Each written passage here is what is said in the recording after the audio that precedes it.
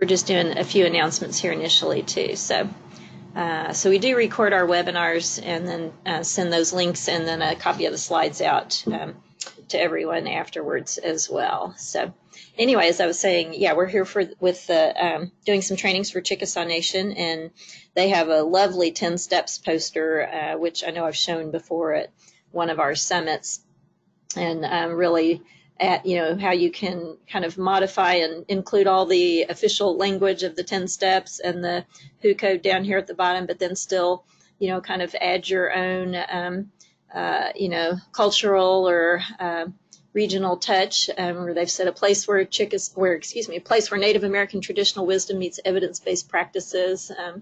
And then that has some really cool pictures there. Of course, this is Quanah Parker as a baby being nursed by his mom, Cynthia.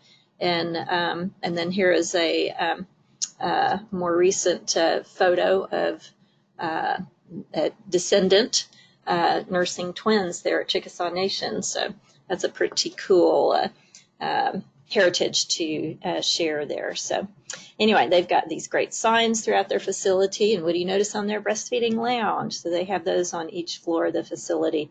And then, of course, lovely Native American artwork too. So answer. There we go. All right. So we'll kind of move along.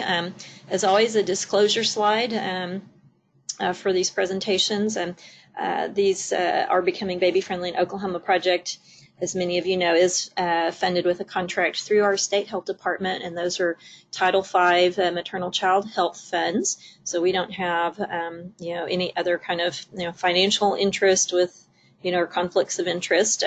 I do have to brag and say that the lovely, most beautiful baby in the world on this slide is my grandson. So our first grandson, and this is Alan Jiho Moon, who made his arrival on July 14th and is currently living in my house. So I'm getting up close and personal grandson time, which is just fabulous.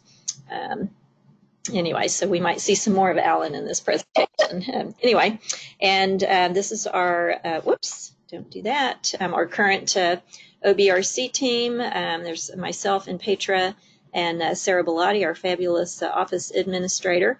And of course, our really exciting news is that Petra Calindris delivered on Labor Day. How classic. And this is Mia, baby Mia, who was born at 36 weeks and just a little over 5 pounds. And mom and baby are doing great. So we are very excited to welcome Mia today, or to the world, I should say. I know we also have a new, just getting on board lactation consultant on our team, and that's Amanda Parsons. And Amanda, I don't know if you can mute and say hi to everybody. I'm trying to get to my list here. We're still kind of doing a lot of her paperwork. Yeah, but yeah, Amanda, feel free to say hi if you want to do a quick intro of yourself. I put you on the spot.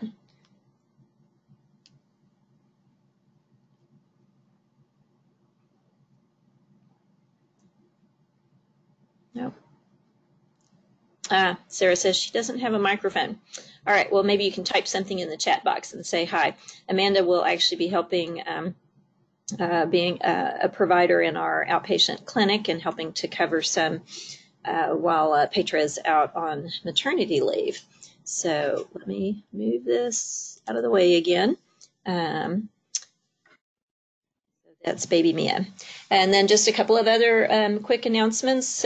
We want to wish good luck to Integris Canadian Valley. They just had their baby-friendly assessment last week, and so are awaiting their results. So keep your fingers crossed that we will soon have a 9th baby-friendly designated hospital. And it's interesting. I was looking up to see if there were, since we just had August was World Breastfeeding Week and National Breastfeeding Month, and I thought, well, what else is going on? And it is amazing if you've ever gone online and looked to see all the different health awareness days and weeks and months. So I just picked out a few that seem to kind of apply, or at least that we could say that the breastfeeding has some impact on.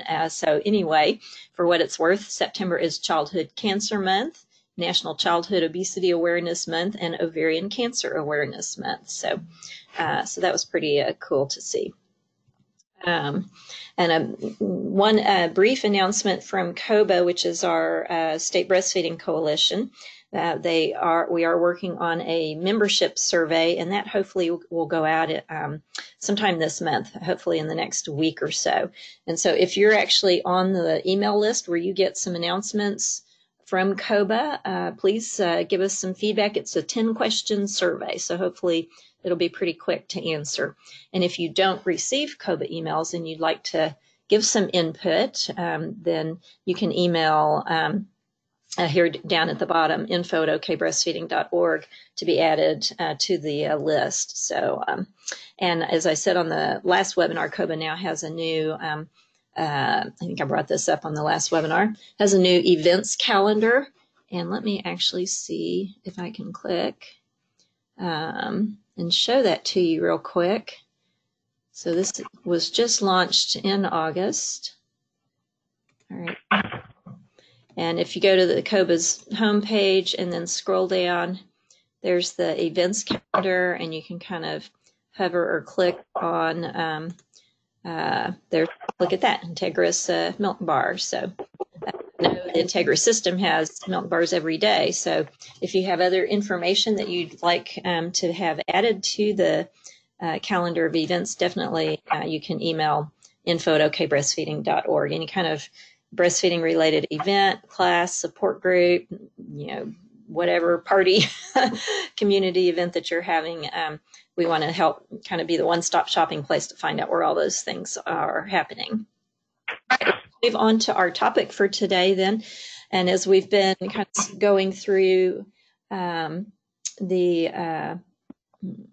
10 steps and the World Health Organization's kind of recent publication about the evidence behind the 10 steps. So we've been taking them a couple at a time. So this session, we're talking about the evidence behind steps 3 and 4, which most of you are going to be quite familiar with: prenatal education and then early initiation. So just to get this out of the way, and as you get copies of the slides later, these are the references that I've cited throughout this presentation. So you'll have that too. All right, and feel free, you guys, if you are, online, if you're muting yourself but you want to ask a question, you can either type in the chat box or you can unmute yourself, and certainly stop me anytime to ask a question or make a comment. So we try to make these as interactive as possible. Anyway, so here are actually pulling a few kind of key tenets, as they call them, from Baby Friendly USA's guidelines and evaluation criteria. And these were some new ones and maybe some revisions that they added in their 2016 guidelines. And so just some reminders for us, I think, that, that breastfeeding has been recognized as the optimal method of infant feeding. So, we should be promoting that as the norm. And it's the most sound and effective procedural approaches to supporting breastfeeding in the birthing environment that have been documented in the scientific literature at this point in time is what should be followed by the health facility. So that's a couple there. So we know breastfeeding is the optimal method of infant feeding, based on the scientific literature, and that we should always be striving to follow the most effective practices that are based on the scientific literature. So, all right, come back. Okay, and I think y'all will certainly identify with this. This is, I think, kind of ties into some of the misconceptions that are out there about baby friendly. The environment shouldn't be restrictive or punitive. The goal is that we're facilitating informed healthcare decisions on the part of the mother and her family. So we should be sensitive to that cultural and social diversity.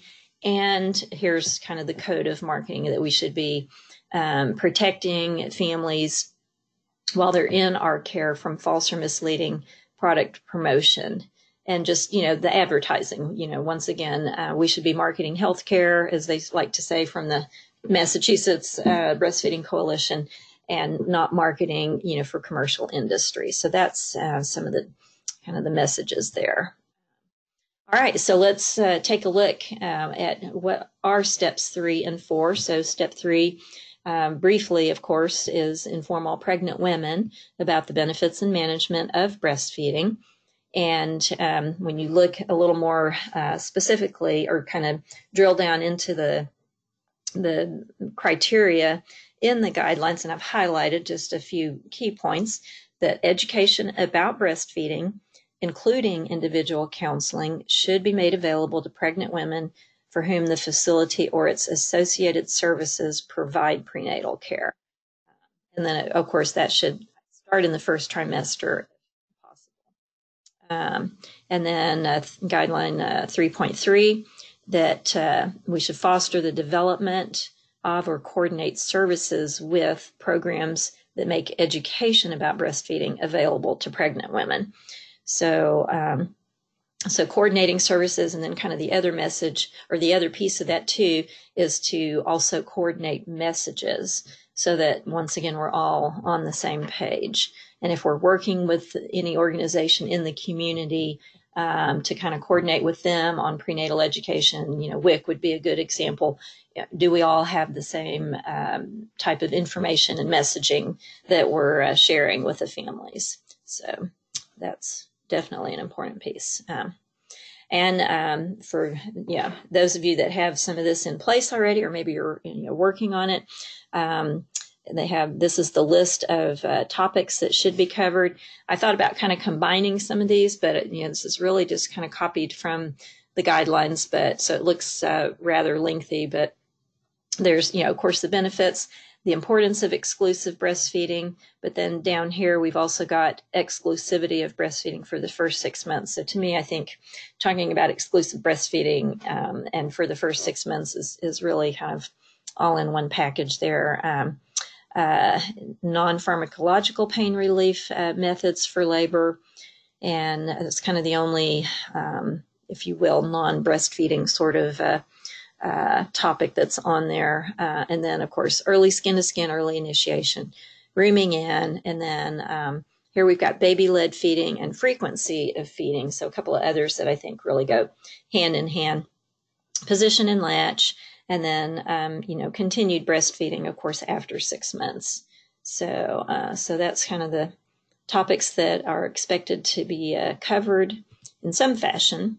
So let's look at what the evidence says. And once again, I want to kind of preface this with, the kind of the motivation for doing this little series this year was that the World Health Organization put out this publication last year where, they said they did a review of the evidence behind the 10 steps. And so the challenging, or the frustrating part, and this was what led to quite a bit of controversy with some of this, is that they only included randomized controlled trials, and they excluded any other kind of observational epidemiological trials. So there went a whole lot of research that's out there. And while we may say that randomized controlled trials are kind of the gold standard, there's just questions in healthcare that you really can't answer through an RCT. Breastfeeding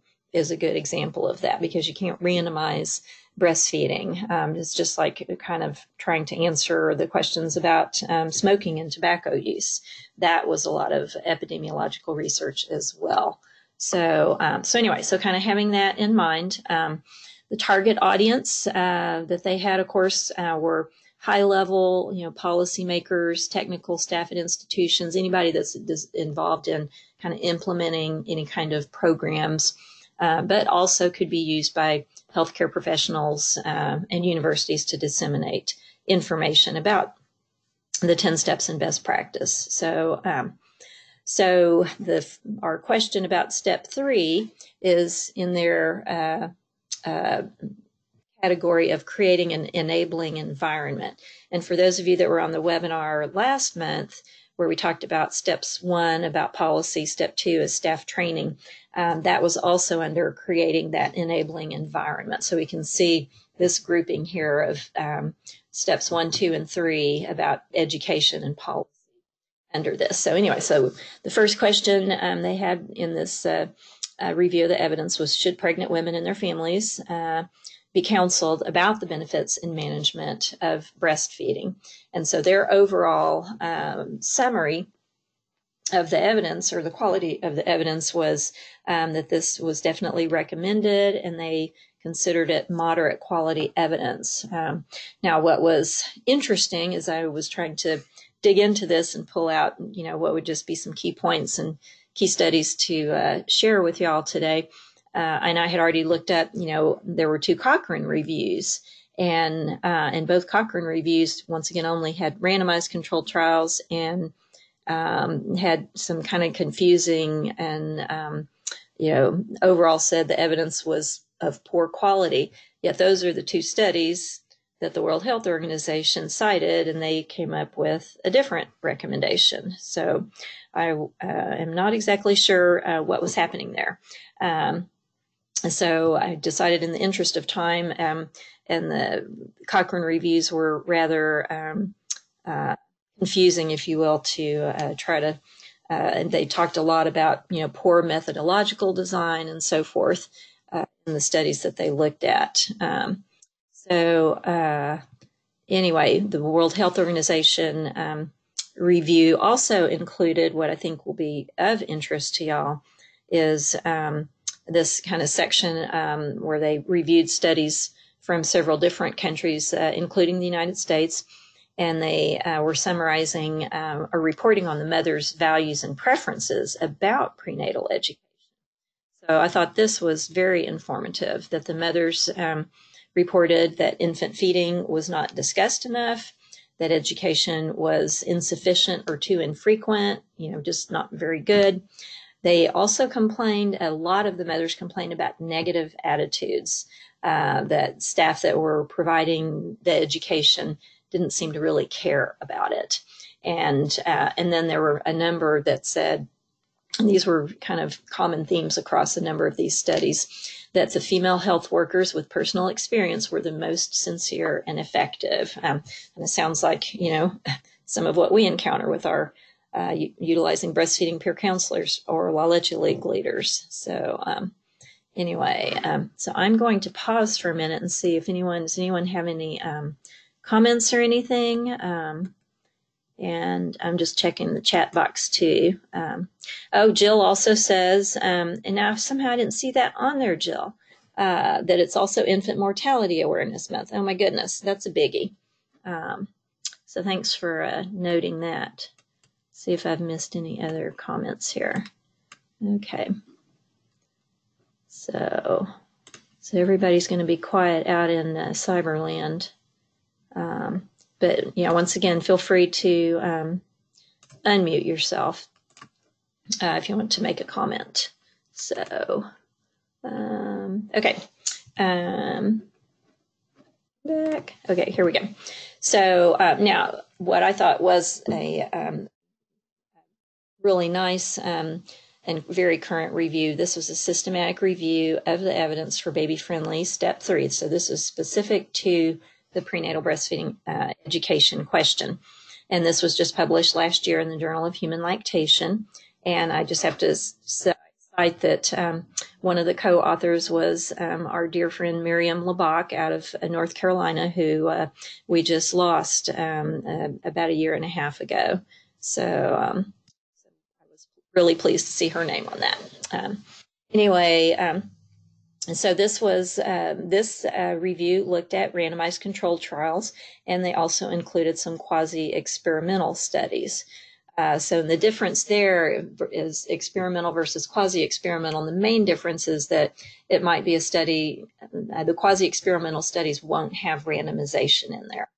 And I think one of the challenges and one of the confusing pieces that I saw in the Cochrane reviews were that they thought there it was hard to evaluate some of the studies, or they thought there was it was hard to eliminate bias in the studies because a lot of places maybe had some prenatal education in place already too. So how do you kind of try to account for any differences there?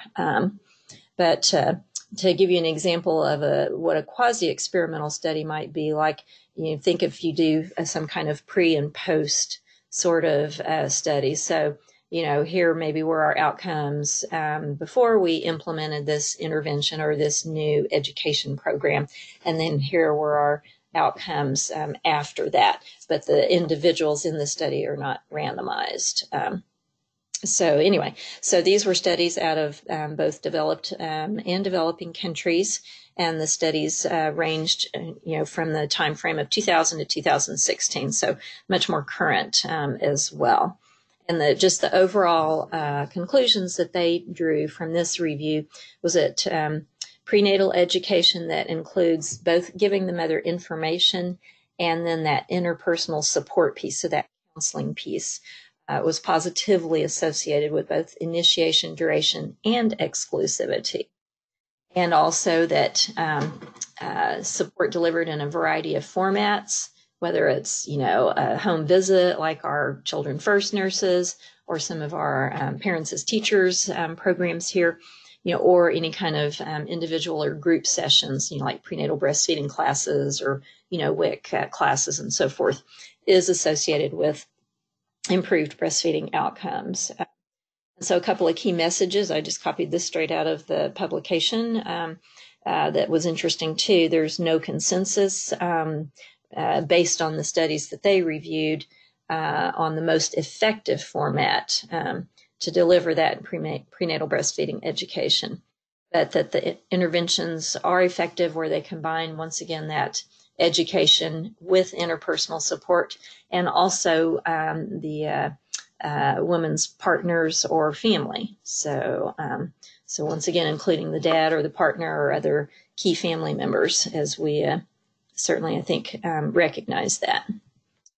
All right, so that's just kind of looking at step 3 briefly. And then step 4, what we briefly call early initiation. So that says help mothers initiate breastfeeding within 1 hour of birth.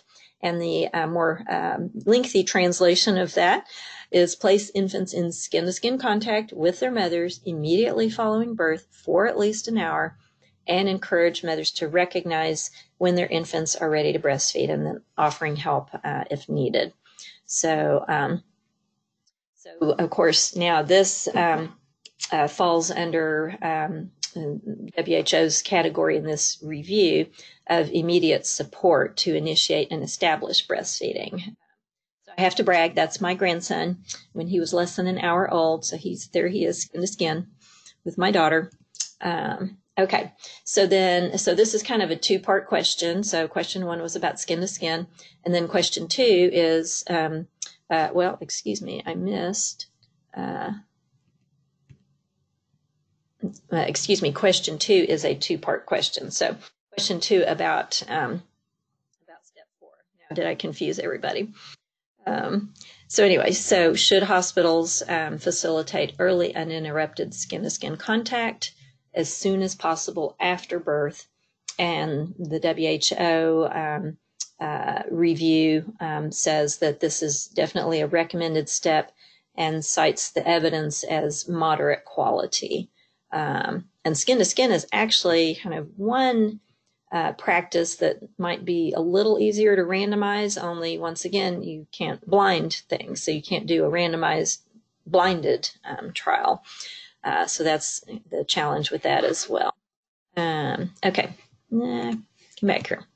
So what we do know as well, this was a nice little report and with infographics in it from UNICEF called From the First Hour of Life. And so sadly, we know this is really a challenge all over the world, that less than half of newborns are put to the breast within the first hour of life. So this is in both developed and developing countries. So definitely a lot of work to do there to turn that around. So here we had a Cochrane review from 2016, early skin-to-skin contact for mothers and their healthy newborns. And this was actually an update from a previous 2012 publication. So there's been a couple of recent Cochrane reviews. And once again, they only included randomized controlled trials that compared immediate or what they considered early skin-to-skin care with usual hospital care. And so this was included about 4,000 women, 21 countries. And they said most of these were fairly small trials. There were only like a couple that had more than 100 subjects in them. And they said no trial met all the criteria for good quality, and no trial, of course, was successfully blinded. That would be difficult to do. But the conclusions they drew from this review of all these studies was that if the mother had had early skin-to-skin contact, they were more likely to be breastfeeding at 1 to 4 months. They were probably more likely to be exclusively breastfeeding at 4 to 6 weeks. More likely, of course, to be breastfeeding effectively and to successfully breastfeed in that first feeding in the hospital. And they said there were similar results for skin-to-skin after cesareans as well. So there was some support for that. And then kind of the second part, question 2B, so skin-to-skin, and then should hospitals help mothers initiate breastfeeding within the first hour after delivery? And interestingly enough, this was also recommended, and they said the evidence was of high quality. So, and they didn't actually have a Cochrane review to cite there. But what we do have that came out just in July, just a couple of months ago, is this update or, comparative, what they call comparative effectiveness review from AHRQ, the Agency for Healthcare Research and Quality. And they were reviewing a lot of different studies on breastfeeding programs and breastfeeding uptake, and then they had a section about maternal health outcomes. But we're really looking at the breastfeeding programs and policies piece that they reviewed in here. So their goal, of course, was to summarize effectiveness of community, workplace, and healthcare system programs. And one of the key messages was that they found throughout this review is that the Baby Friendly Hospital Initiative is associated with improved rates of breastfeeding initiation and duration. And I shared some bits from this in the webinar last month as well, at least that applied to the steps 1 and 2. So bear with me. I'm going to see if I can use my pointer thing to just kind of highlight. Here's our breastfeeding outcome, the intervention. So if our intervention was that early initiation, so we had higher rates of breastfeeding at discharge among baby-friendly accredited hospitals than control hospitals. And then if you looked at exclusive breastfeeding initiation, significantly higher rates of exclusive breastfeeding at discharge among baby-friendly accredited hospitals. So a little kind of an indirect way to look at that early initiation, if you will.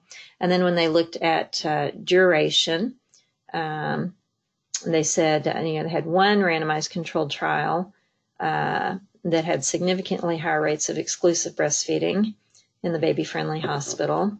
And then down here, of course, any breastfeeding duration, they had higher rates of breastfeeding 1 to 12 months postpartum among women from baby-friendly hospitals than women at control hospitals.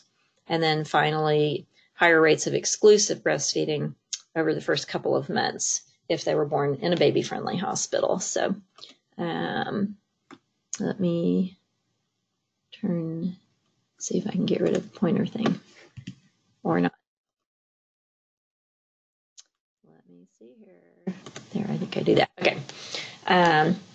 Now, a more recent study, timing of, not more recent, excuse me, but another study that was published in 2015, timing of breastfeeding initiation and exclusivity during the first month of life.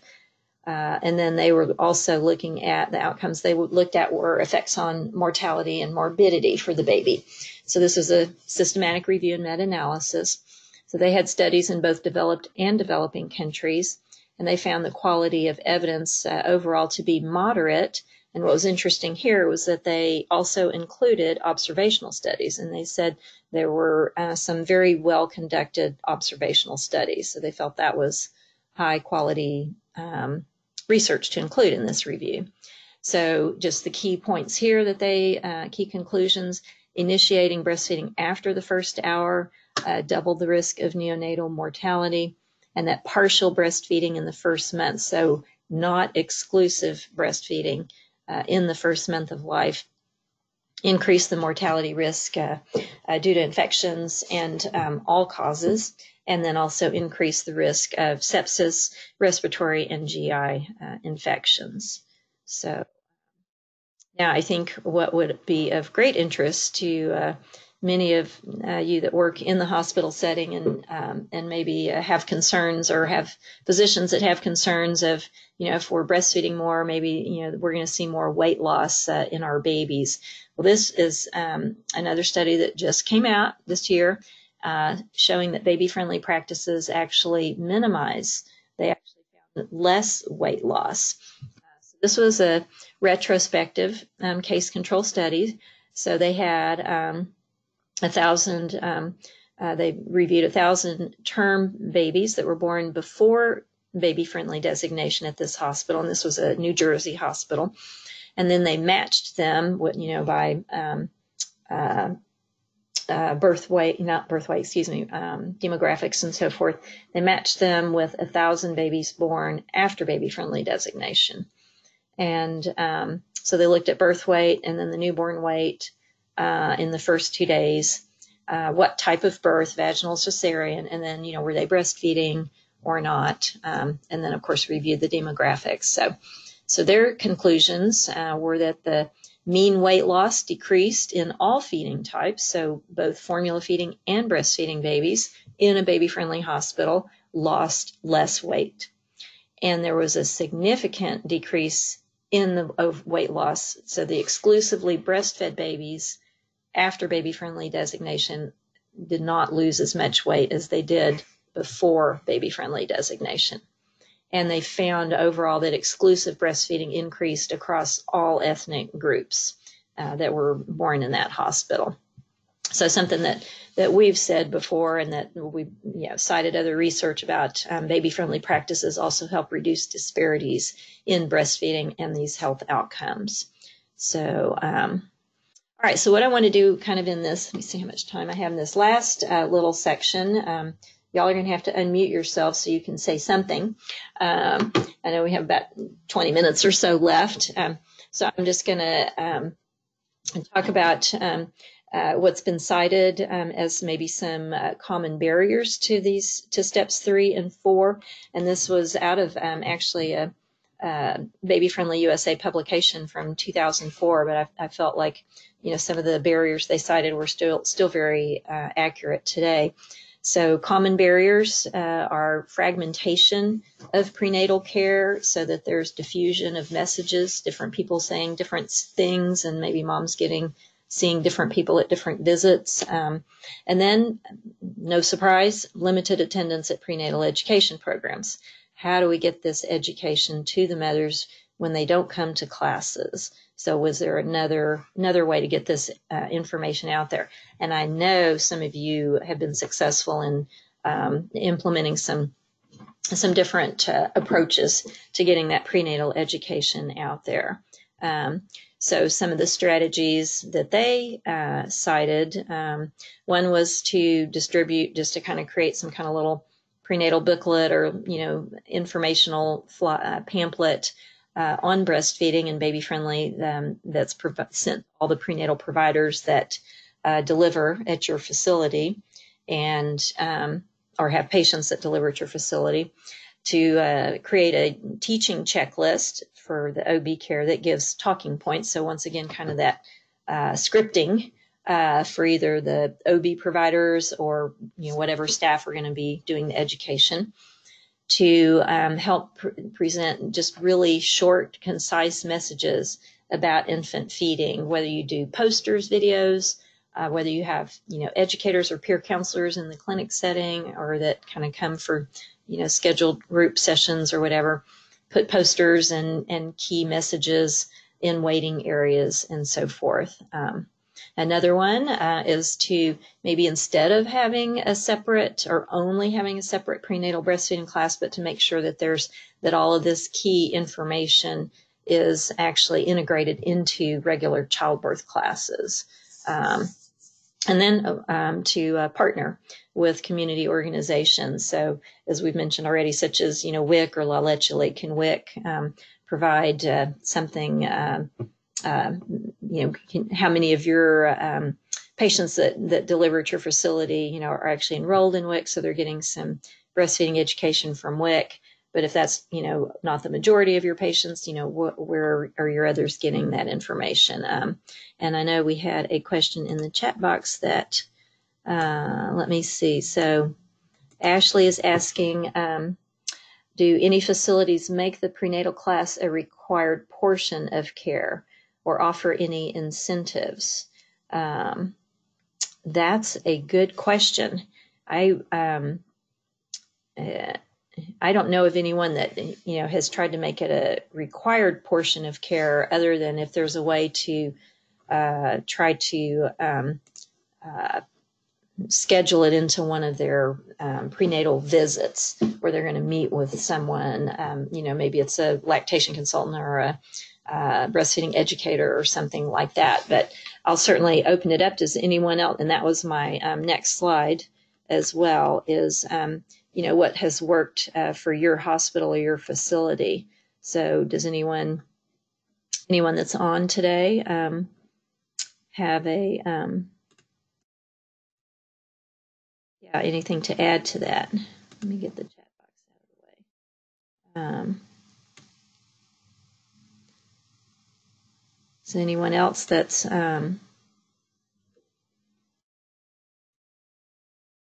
I know Vicky's on from Baptist. I know Baptist has done, like an online breastfeeding class that moms can access, and they've implemented their milk bar groups to try to have a milk bar at an Integris hospital in the Oklahoma City area. That's kind of a breastfeeding support group, but I don't know how much prenatal education actually would be offered at something like that.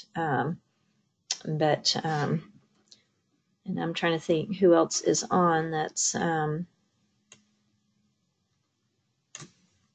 nobody's talking today. This is Vicki. Hey, Vicki. Can you hear me? Yes. Hi. We offer prenatal for people to come to our unit. A couple of people wander in, but it hasn't been a large amount. As part of the Integris Wellness Program, employees at Integris that come see a lactation consultant get credit towards their discount. And then we do offer classes, and that's kind of separate from us. Some places are full attendances right now. Plus, we take clinical materials and other things. You're cutting out a little bit, Vicki. That last couple of comments you made, I heard about kind of offering some incentives to employees, and then, cut out some of it. We have prenatal education that we take to offices. Oh, okay. So prenatal ed that you take to the offices, to the OB providers. And what format is that? Is that like handouts or? Handouts. There's one specific for first, second, and third trimester. The marketing department takes that. Our feedback is for my own family, so I usually get all given at the very first visit. They don't get handed out. They're like they're blind, but they do. Okay. So they're, instead of giving out in each trimester, they're just probably usually given at the first or early prenatal visit. So, Okay. Anyone else? Thanks for that, Vicki.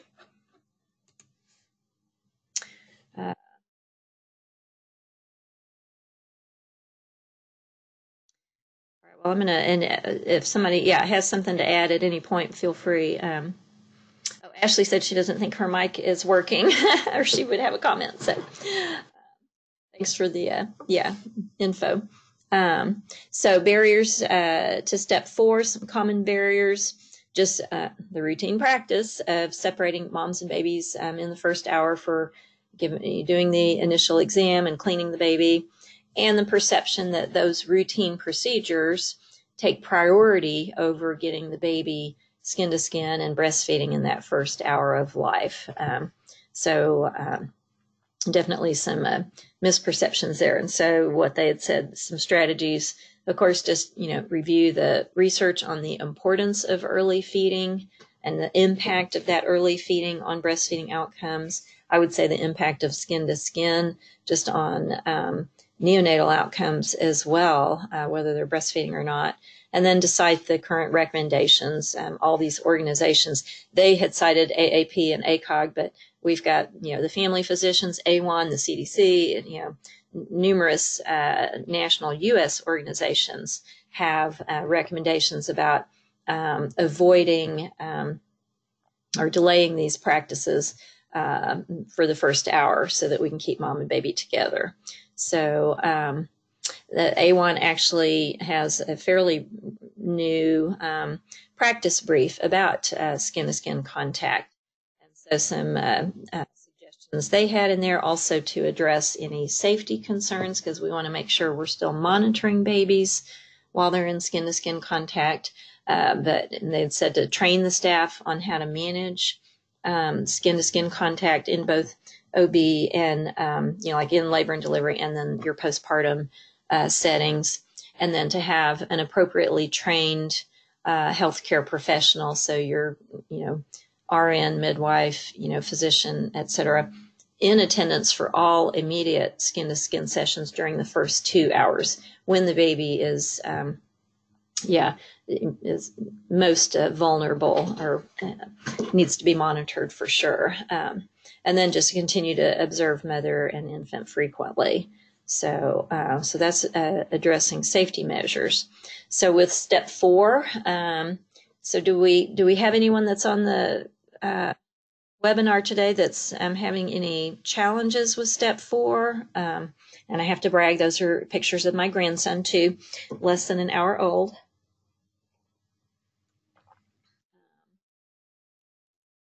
I know we've got, Ashley from Chickasaw, they're doing great. I heard a lot about what's going on with them yesterday in class. Christy's on from Shawnee, and I know they've been implementing step 4 for quite some time now. And let's see. And there's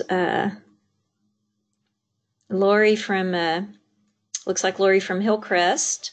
And of course, Hillcrest is recently designated, so another facility that should have this pretty well hardwired.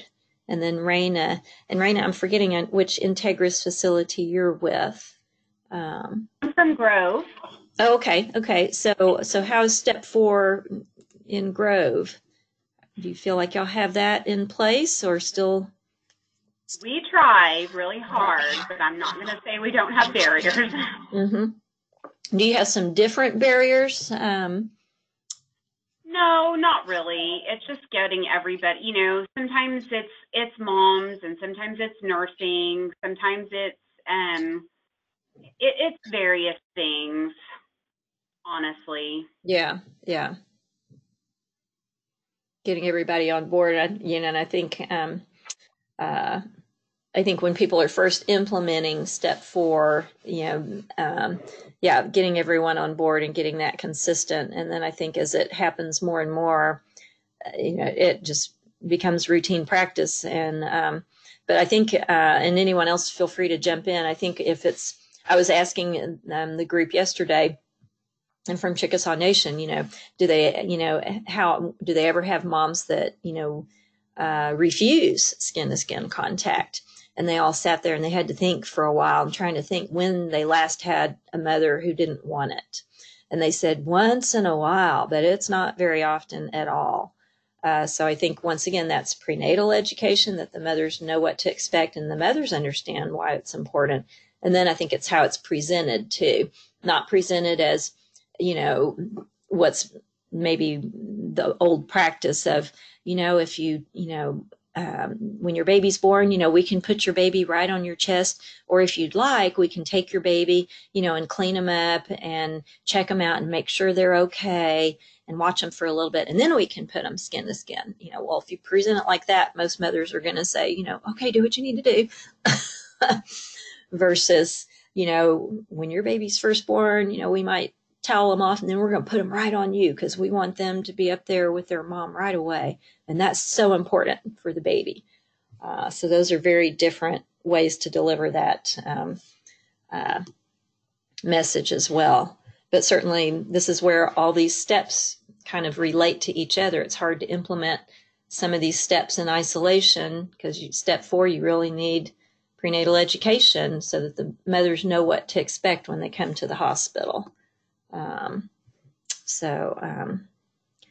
All right. I think, that's kind of the end of that topic, unless anyone has anything else to add. Otherwise, I just have a few other announcements here towards the end, and just reminders of trainings that we have coming up. We have our 2-day training, the Breastfeeding Basics and Beyond, which will be in late October in Tulsa. And this is a training that we offer quarterly, so it's usually twice a year in the Oklahoma City area and then twice a year in the Tulsa area.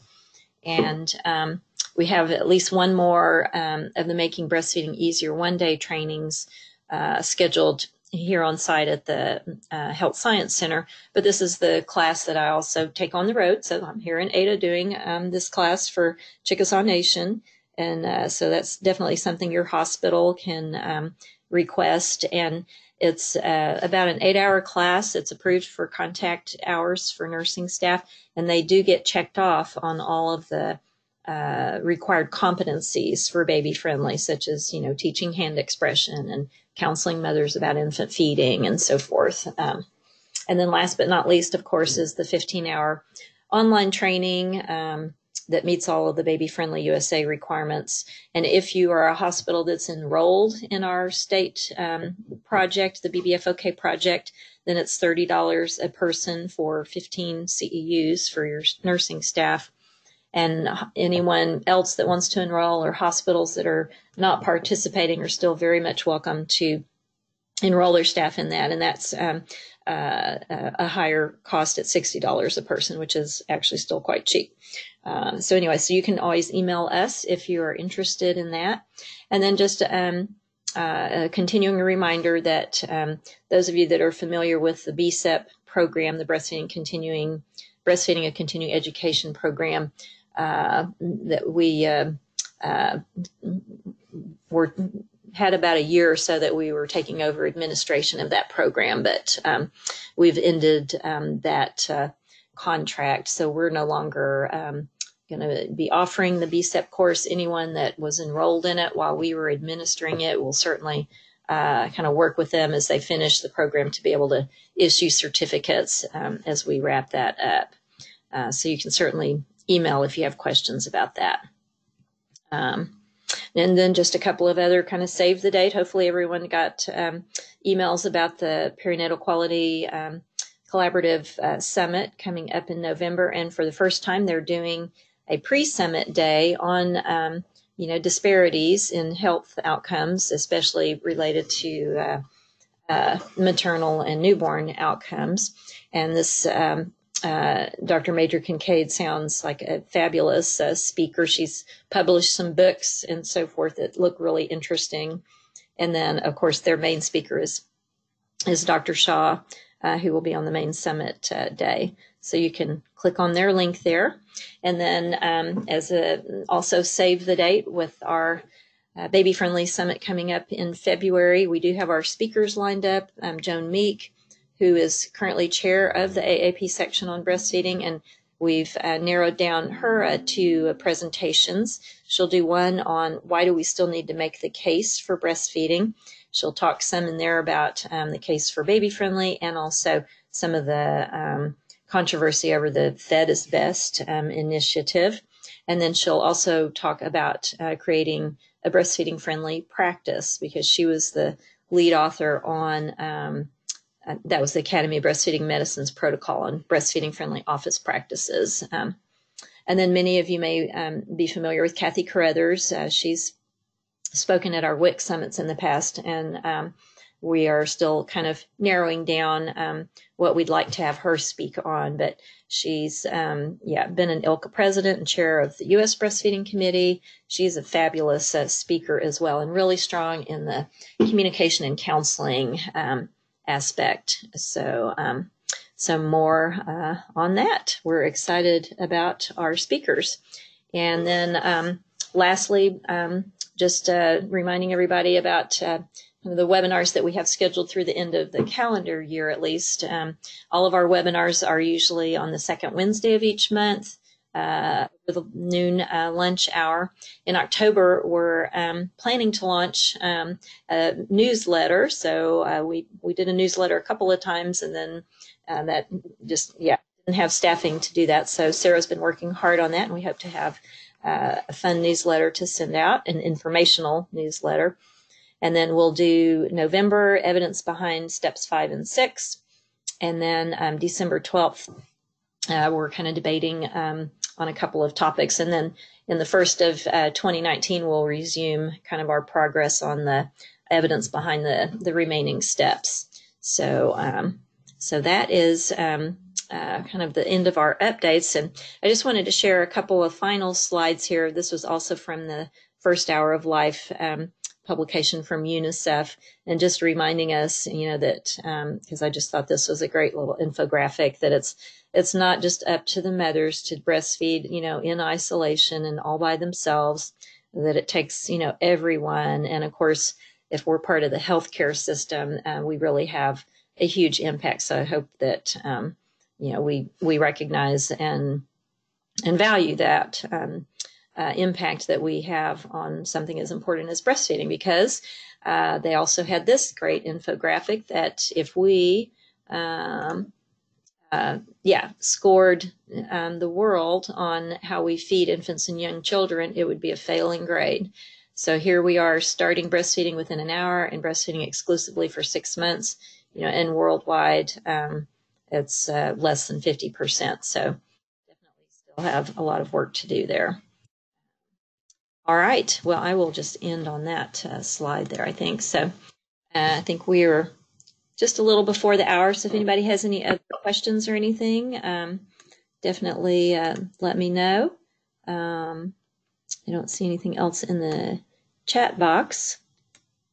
Thanks to everybody for joining in today, and we'll be in touch. Let's end here.